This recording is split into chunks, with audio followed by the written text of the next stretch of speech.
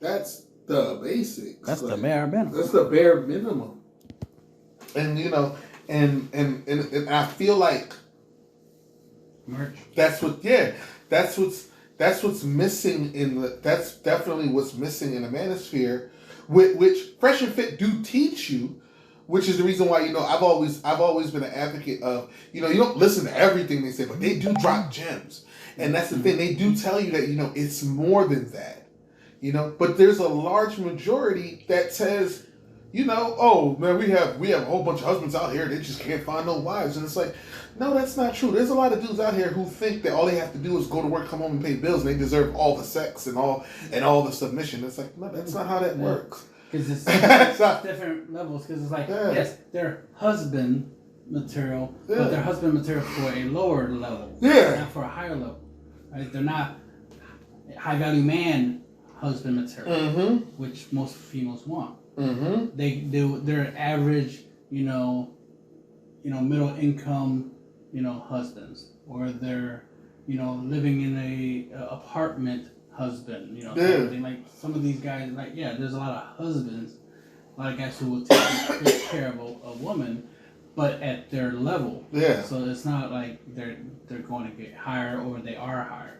So that's the thing. It's like, yes, there's a lot of husbands, just like there's a lot of chicks that be like, oh yeah, I'm a wife. It's like, well, yeah, to be a wife doesn't require too much, because it's more about you, less about anything else. It's more internal instead of external.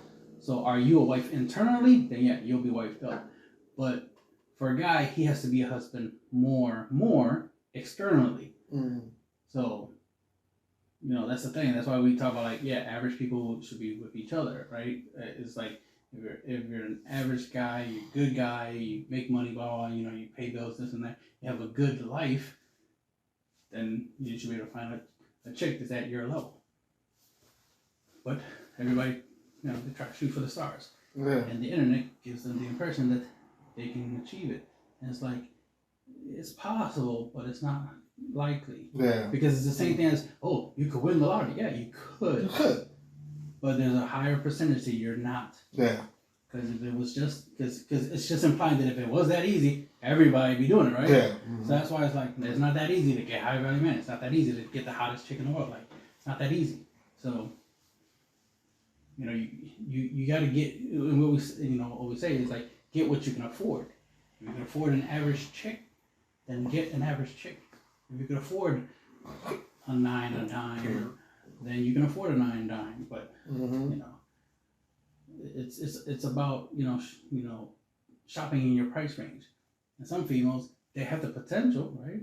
Because a lot of times it's just your personality. It's your the aesthetics, whatever. Like there's certain things that you can work on that can get you more out of life, but they don't want to put in the work. Same thing for guys. It's like, you guys can find a decent chick with a reasonable body count that you'll be okay with, and this, that, and the third, and she will be loyal, submissive, all that good stuff that you want out of a partner, right? Out of a love interest, but you gotta level up.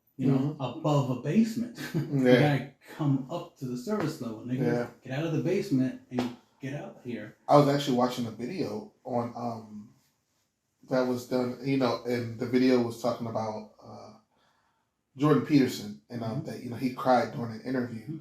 He was crying for incels, and it's crazy because it's like, I feel for you. I feel for you, and at the same time I can see why we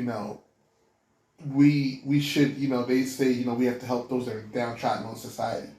My thing is that I think that we are doing our best to assist them.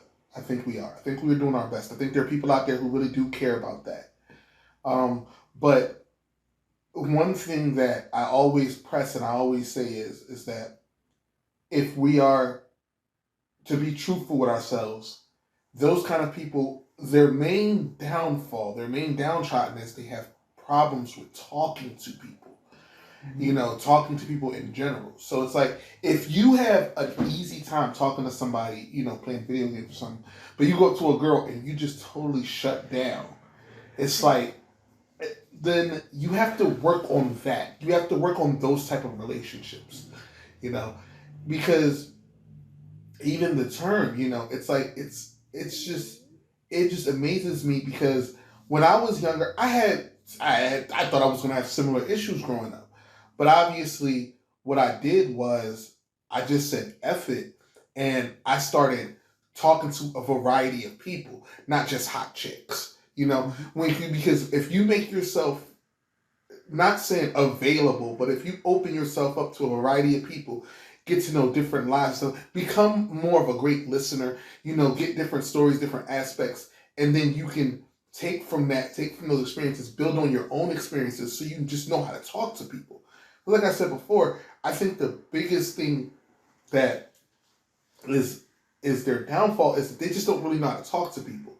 You know, you get online and all of a sudden is, oh my God, you know how to talk to women, you're a simp. And it's like, no, I just know how to talk to women. I just know how to not piss them off. And I've built a skill for that. I'm not being a simp. I just don't feel like arguing with women on the internet. Like, so me, I really it's don't. The fact that you talk to them, you get along with them, yeah, and they'll be like, oh, you're pandering to them. Don't pander to them. You're a simp because you're pandering to them. No. I'm a simp. Yeah. Because I'm hollering at them and they're hollering back. Yeah.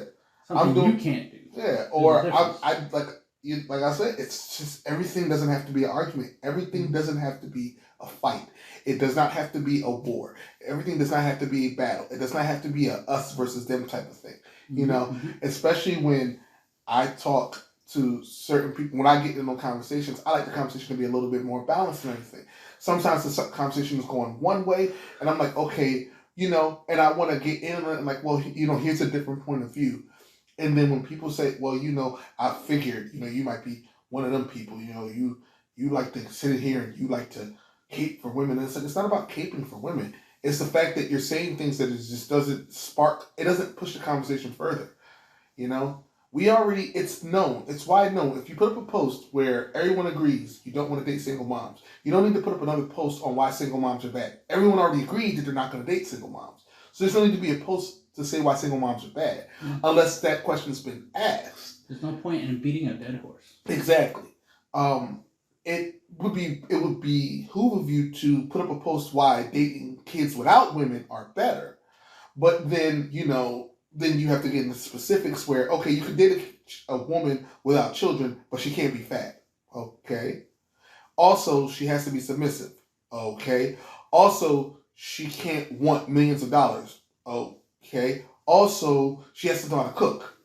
Oh, yeah, okay. Also, she can't be living with just one parent. She should have two parents. Wait, what kind of girl should I be looking for? Like you're basically telling me to look for she only qualifies for you. Yeah. And then you find out he's married. It's like, wait, why are you giving me all these restrictions? You're already married. This describes my wife. Yeah, your wife, not mine. Not some other guy's wife. Yeah, we all have differences of what we're looking for. Yeah, like So your advice was biased, very biased. It's so, like good for you, but not for us. Yeah, because it's like this doesn't. And the thing is that you're telling me what I should be looking for, but not giving me the blueprint on how to get there. This is what you should look for. Okay, but that's not what I need you to tell me. I don't need you to tell me what kind of girl I like. I need someone to get the blueprint. Oh, well, you know what you should do is get your money up. Okay, but I've been doing that. Mm-hmm. Oh, get your money up, get your resources up, man, and that's how you get the girl.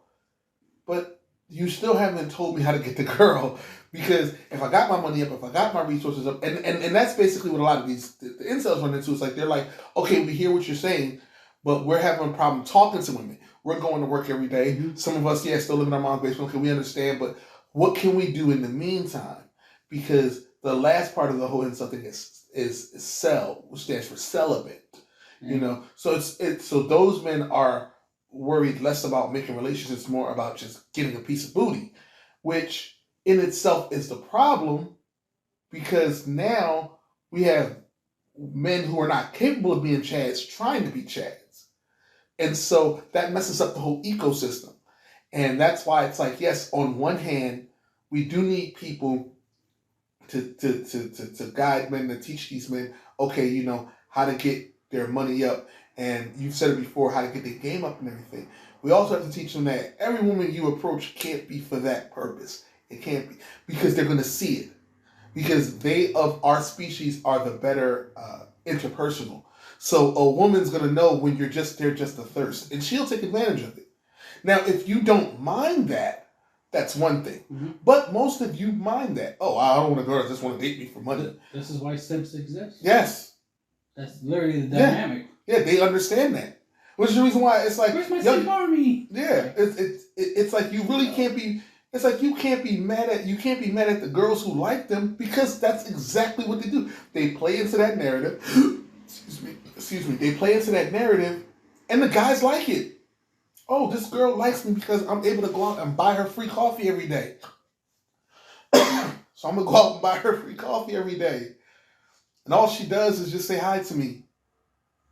Dude, you're sipping. Yeah. Okay, cool. Well, you know it. As long as if you know it, can't nobody say people taking advantage of you. If the bare minimum is more than enough for you, then the bare minimum is more than enough for you. Yeah. But instead of teaching men like, no, you should accept more, it's all like, oh, the women, you're bad for doing it. Why? She's not doing anything to him that he doesn't know that she's doing. She's not hypnotizing him and going in his wallet, taking his credit card and swiping to get herself some Starbucks every day. No, he's willingly doing it. We have to build the men to make them stronger, so that we be like, listen, you should expect what you give. Mm-hmm. You know, you should expect what you, especially if that's not your woman, you definitely should expect what you give. Mm-hmm. There's nothing wrong with wanting reciprocity. And the thing is, you know, I tell you one of my dating secrets, that is exactly what I would expect. I'm like, reciprocity is big for me, you know, and that's how I weed out the girls that understand, you know, what it truly means to date, you know. We're not talking about relationships or anything, to date. Because if you're not willing to show any kind of reciprocity during the dating phase, then I know during a relationship you're going to be trash. For me, I already know during a relationship you're going to be trash. Because you show zero reciprocity. So for me, it's like, I can't sit there and you know, take you out on a date, then take you out on another date, then take you out on another date, and all we've done is talk about you, or all we've done is talk about what ifs, and you've shown no forward moving progress. Like, this can't progress to a relationship if you haven't even showed me any type of love. And you know, it's not about having sex and betting you, because I'm not desperate for that, especially when I'm looking for serious relationships. I'm not desperate for that. I understand that will come when it will come, but I also understand that I'm not going to be sitting here on the side and be a free meal when you want it. And that hole right there is what I seek to fill. It's like, I seek to fill that hole for the guys who understand, but are not able to take it to the next level. Because obviously, you're in a space where you're trying to figure out, okay, what's going on? Well, there's something there, and that's where communication comes in. That's why it's important to keep talking, to keep stating your wants, your desires, your non-negotiables, to listen to her, to hear her wants, her desires, her non-negotiables. Also, both of you's boundaries. So, you know, like I said before, I've never been in support of the idea of purposely taking a girl on a cheap date, but then expecting sex. Like, I've never been, I'm like, you can't, it just doesn't work like that today. Sorry, it just doesn't work like that. And when it does work like that, I mean, that's what you get.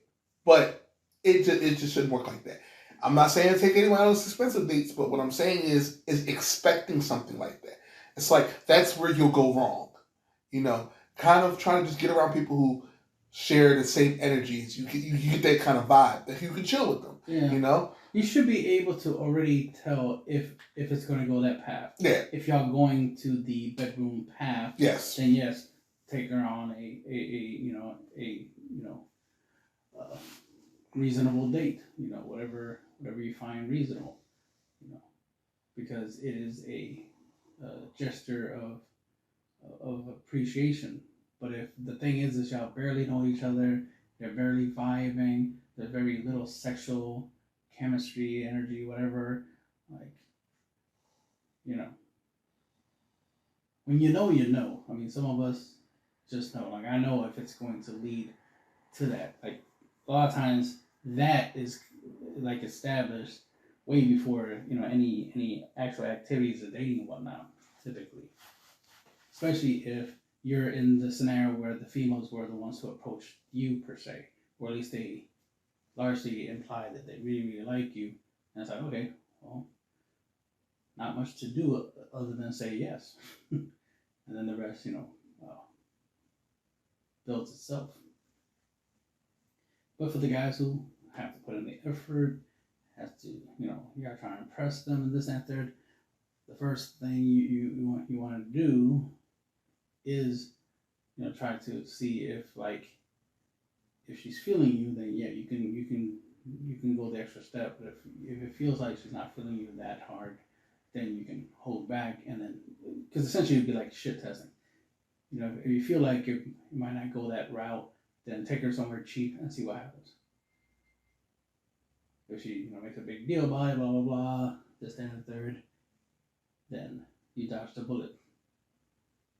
That way you don't end up in a scenario where you pay $500 for a dinner, and then she hits you with the excuses of why it's not going to go any further than that.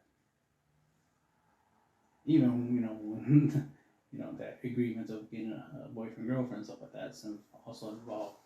And this is just like this is just getting to know each other because we just met we just met at a Starbucks or something. We're just trying to get to know each other. Then it's like, yeah, you don't need to put that much towards just getting to talk. So typically, a good advice for a lot of the younger guys nowadays, what you want to do to start off with is start with like the coffee date type concept, where it's like you start off with something small, to get to know, and then try to do the second date, and then the second date is where you can put in more effort.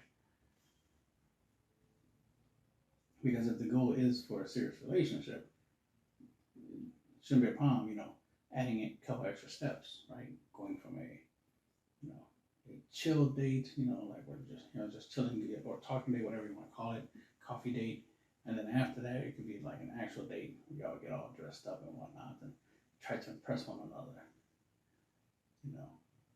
and then see where it goes from there. But that's the thing. Is like plan for the worst, hope for the best, and of course, for most guys, the worst is giving more than you receive. But to each their own. There's a lot of guys who can afford a $500 coffee date, basically, where it's like, all right, spend a lot of money, we spend some time, we vibe a little bit, if I see you again, I see you again. If you ghost me, that's cool. Because some people can afford it, but not everyone can, and that creates a problem. But that's one of the issues I see is like a lot of guys complain about like spending a lot of money. It's like, well, if that wasn't disposable income, that wasn't money you can burn on a foodie date, on a chick that is playing games, so to speak, then you shouldn't be doing this.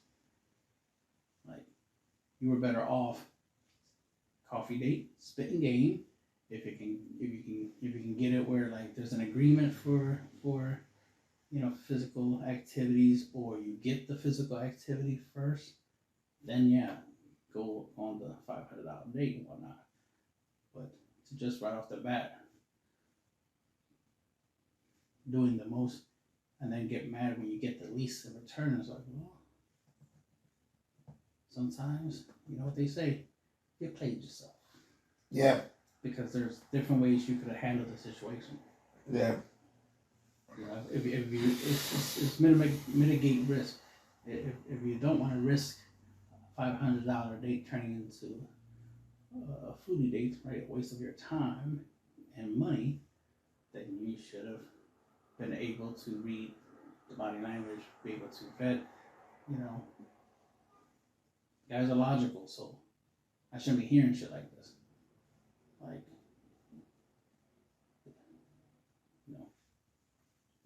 You know, common sense isn't as common as it used to be. So, not too surprised that most guys nowadays are not as logical as they used to be, since the world is trying to make y'all more emotional, less logical, which means y'all less smart, and less smart means you get played a lot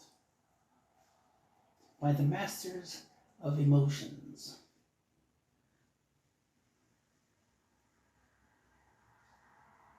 I mean, think about how females treat one another. They're both in their feminine energy, right? They're both in touch with their feminine side, and they both can feel and they have emotional intelligence. But see how they treat each other. But then y'all want to listen to the bullshit like guys need to be in touch with their feminine side. They need to have more emotional intelligence, and it's like, so that way we're the same as females, and y'all seem to backstab each other, lie to each other. Y'all act like y'all friends, but y'all not really friends. Y'all frenemies essentially. But when guys are actual friends, we're friends. So that's the difference. We actually get along better than most females do. So it's like, doesn't make sense to try to be like something that doesn't live up to what it should live up to. Women of the past always represented the good side of a relationship. The guy was essentially like the bad side or the dark side. She was the light, he was the dark. And she was the light in his dark. Yin and yang. Good and evil. Weak and strong. However way you look at it. You know, symbiotic relationship.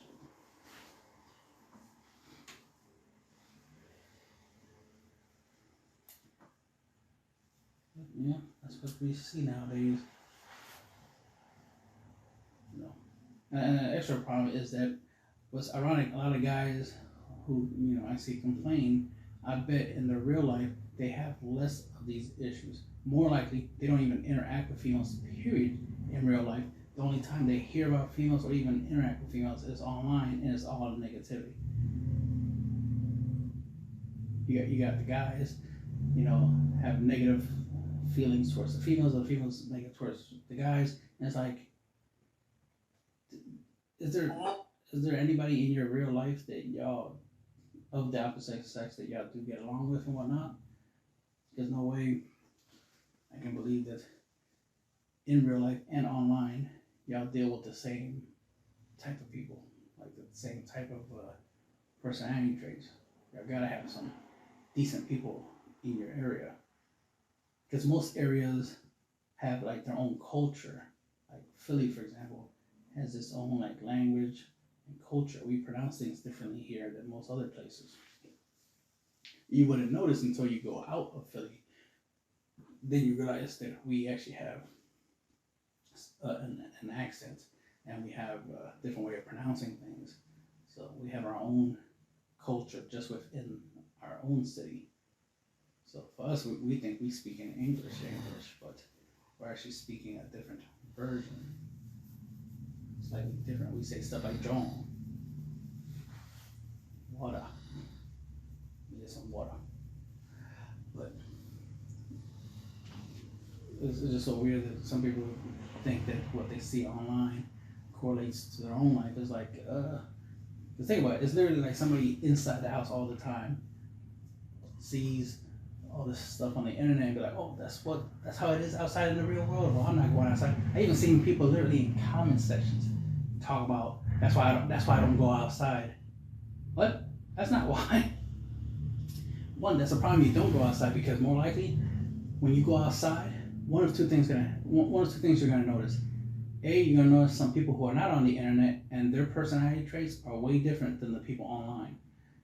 Then you're gonna see people who are online. You know how they're online? Because they're staring at their phones, not even paying attention to you. You'll be standing there with 5 people around you, not even noticing you're there, because they're too busy on their phone. They don't even notice the other people around them that's on their phones, because they're too busy being online. And you're not online, so you don't see anything. Right? You don't see what they see. They're literally in front of you, but they're in a different plane. Literally. And that's how crazy it is. Because I see that a lot. where I be on the train and I see that. I see some people with phones and people without phones, and the people without phones tend to talk to each other and interact. They tend to seem like pretty decent people. But the people on the phones, sometimes you see most of them tend to be, laughing a lot or catching or like yelling and screaming. Like they tend to be a little out of pocket, tend to be a little extra on the personality traits. And then of course sometimes they don't use headphones, so you hear what's on their phone. So you hear TikTok trends, TikTok songs. It's like, oh, I know what video you're watching, because that's one of the trends.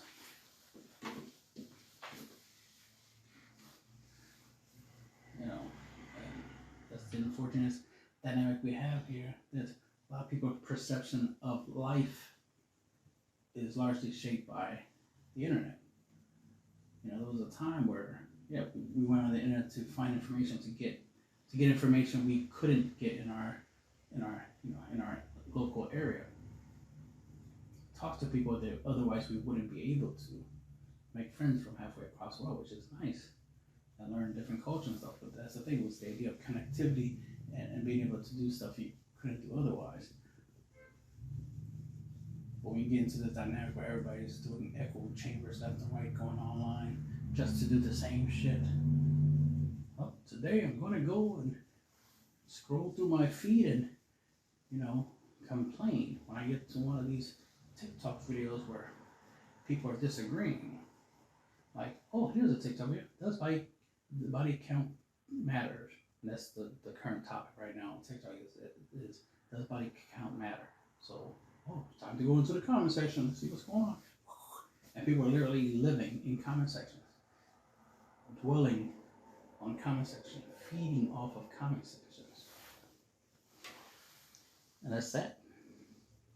That's a sad, sad thing.